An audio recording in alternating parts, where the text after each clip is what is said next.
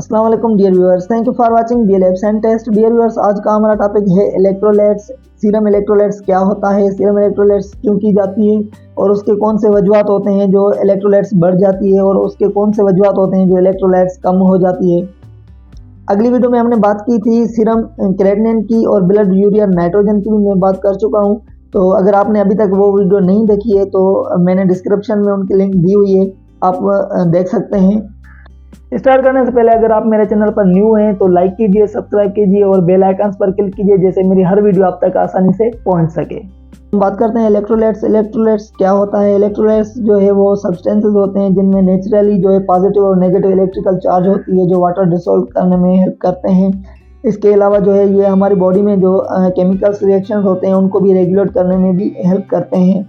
और इसके अलावा जो है हमारे फ्लूइड्स और सेल्स के दरमियान जो है आउटसाइड और इनसाइड जो है उनके दरमियान जो है बैलेंस और मेंटेन करने में भी मदद करता है। और ये इलेक्ट्रोलाइट्स जो है पाए जाते हैं ब्लड, यूरिन, टिश्यूज और अदर बॉडी फ्लूइड्स जो है उनमें पाए जाते हैं। Sodium, potassium chloride, bicarbonate, calcium, magnesium और फॉस्फोरस, ये सारी जो हैं इलेक्ट्रोलाइट्स हमारी बॉडी में, हमारे ब्लड में, यूरिन में, टिश्यूज में और फ्लूइड्स में पाए जाते हैं। इनका जो मेन फंक्शन होता है वो हमारी बॉडी में जो वाटर होता है उनको मेंटेन करना होता है। और ये जो एसिड बेस और बैलेंस भी करता है, यानी पीएच लेवल को जो है वो बैलेंस में रखता है, रखने में मदद करता है। और हमारे जो मसल्स होते हैं उनको भी कंट्रोल कंट्रैक्शन करता है। इसके अलावा जो है एक्टिव न्यूरोलॉजिकल फंक्शन भी होता है। और हमारे जो हार्ट रिदम होती है यानी दिल की धड़कन होती है उनको भी मैनेज करने में हेल्प करता है। सीरम इलेक्ट्रोलाइट्स टेस्ट में मोस्टली सोडियम, पोटेशियम और क्लोराइड चेक किए जाते हैं। सोडियम जो है वो हमारी बॉडी फ्लूइड को जो है वो रेगुलेट करता है, यानी ब्लड प्रेशर को मेंटेन करने में मदद करता है और एसिड बेस को। और पोटेशियम जो है वो मसल्स को कंस्ट्रक्शन करने में हेल्प करता है और हार्ट रिदम जो है यानी हमारे दिल की धड़कन जो है उनको मेंटेन करने में हेल्प करता है। क्लोराइड जो है वो नर्व सेल्स को एक्टिव रखने में मदद करता है।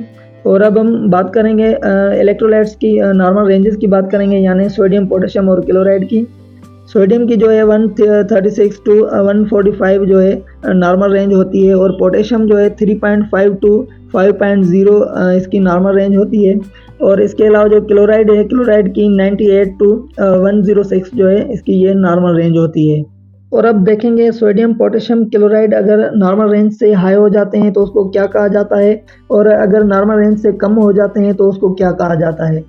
सोडियम जो है मोर देन 145 इज कॉल्ड हाइपरनेट्रीमिया और सोडियम जो है 136 से कम हो जाता है तो उसको कहा जाता है हाइपोनेट्रीमिया। आपको ये याद करना चाहिए, हाइपर का मतलब है ज़्यादा और हाइपो का मतलब है कम। इसके अलावा पोटेशियम की बात करेंगे, मोर देन 5.0 होगी पोटेशियम तो उसको कहा जाता है हाइपरकैलेमिया और अगर 3.5 से कम होगी तो हाइपोकैलेमिया। और इसके अलावा क्लोराइड की बात करेंगे, अगर 106 से ज़्यादा क्लोराइड होगी तो उसको हाइपरक्लोरेमिया कहा जाता है और अगर 98 से कम होगी तो उसको हाइपोक्लोरेमिया कहा जाता है। और अब बात करेंगे वो कौन से सिम्टम्स होते हैं जिसमें इलेक्ट्रोलाइट्स जो है वो एबनॉर्मल हो जाती है। डिहाइड्रेशन यानी नोजिया एंड वोमिटिंग, इसमें ये टेस्ट की जाती है। और too much fluid in body में जो है फ्लूइड जो ज़्यादा हो जाता है यानी स्वेलिंग हो जाती है, लेग्स, हैंड एंड फेस जो है हो जाती है तो उसमें ये टेस्ट की जाती है, यानी एडिमा होगी तो उसमें ये टेस्ट की जाती है। और एबनॉर्मल ब्लड प्रेशर होगा तब ये टेस्ट की जाती है।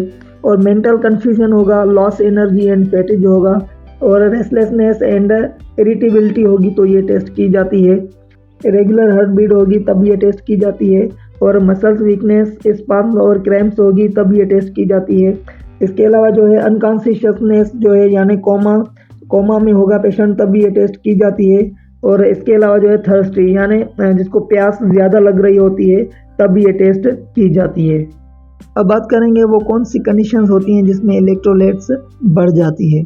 डिहाइड्रेशन, नोजिया, वोमिटिंग, इसमें क्या होता है हमारे इलेक्ट्रोलाइट्स जो है सोडियम, पोटेशियम, क्लोराइड जो है वो इंक्रीज हो जाती हैं। और लॉसिंग टू मच वाटर यानी हमारी बॉडी में जो वाटर जो है वो ज़्यादा लॉस होता है तो उसमें कौन सी कंडीशंस होती हैं। Diarrhoea, vomiting, excessive sweat usage of diuretics, यानी हमारी बॉडी में क्या होता है ज़्यादा वाटर लॉस होगा तो इलेक्ट्रोलाइट्स की कंसंट्रेशन जो है वो बढ़ जाती है। उसमें जो है ये कंडीशंस होती हैं, किडनी डिजीज़ भी होती है। ये सारी कंडीशंस होती हैं जिसमें इलेक्ट्रोलाइट्स जो है वो बढ़ जाती है। तो अब हम बात करेंगे वो कौन सी कंडीशंस होती हैं जिसमें इलेक्ट्रोलाइट्स लो हो जाती है। एक्सेस फ्लूइड इन बॉडी यानी स्वेलिंग, यानी हमारी बॉडी में जो है वाटर का जो वॉल्यूम होता है वो बढ़ जाता है और इलेक्ट्रोलाइट्स का जो कंसंट्रेशन होता है वो कम हो जाता है। तो उसमें जो है ये इलेक्ट्रोलाइट्स लेवल जो है लो हो जाती है वाटर ज़्यादा होने की वजह से। यानी हमारे हाथ टांगों में और फेस में जो क्या होता है वो स्वेलिंग हो जाती है। और इसकी और भी वजूहत हैं, यानी ड्रिंकिंग टू मच वाटर, यानी पानी बहुत ज़्यादा पी रहे होते हैं। एक्सेस फ्लूइड बिल्डअप यानी एडिमा हो जाती है और हार्ट फेलियर होते हैं। किडनी डिजीज़ होती हैं जिसमें ये इलेक्ट्रोलाइट्स जो है वो लो हो जाती है और नेफ्रोटिक सिंड्रोम भी होती है। इस कंडीशंस में जो है इलेक्ट्रोलाइट्स जो है लो हो जाती है। और इसके अलावा जो है आप डायूरेटिक मेडिसिन्स ले रहे होते हैं, उसमें भी इलेक्ट्रोलाइट्स जो है वो लो हो जाती है। इलेक्ट्रोलाइट्स ब्लड टेस्ट में मोस्टली सोडियम, पोटेशियम और क्लोराइड चेक किया जाता है। उसके लिए हमें जेल ट्यूब चाहिए होता है जिसमें 3 to 5 ml हम ब्लड कलेक्ट करते हैं। उसके बाद हम सेंट्रीफ्यूज करते हैं। सेंट्रीफ्यूज करने के बाद हम स्पेसिफिक मशीन पर हम टेस्ट रन करते हैं। उसके बाद चेक किया जा सकता है इलेक्ट्रोलाइट्स का रिजल्ट। डियर व्यूअर्स, उम्मीद है आप लोगों को समझ में आ गया होगा सीरम इलेक्ट्रोलाइट्स क्या होती है, सीरम इलेक्ट्रोलाइट्स में कौन सी टेस्टें की जाती हैं। इंशाल्लाह फिर मिलते हैं एक न्यू टॉपिक के साथ। तब तक के लिए अल्लाह हाफिज़।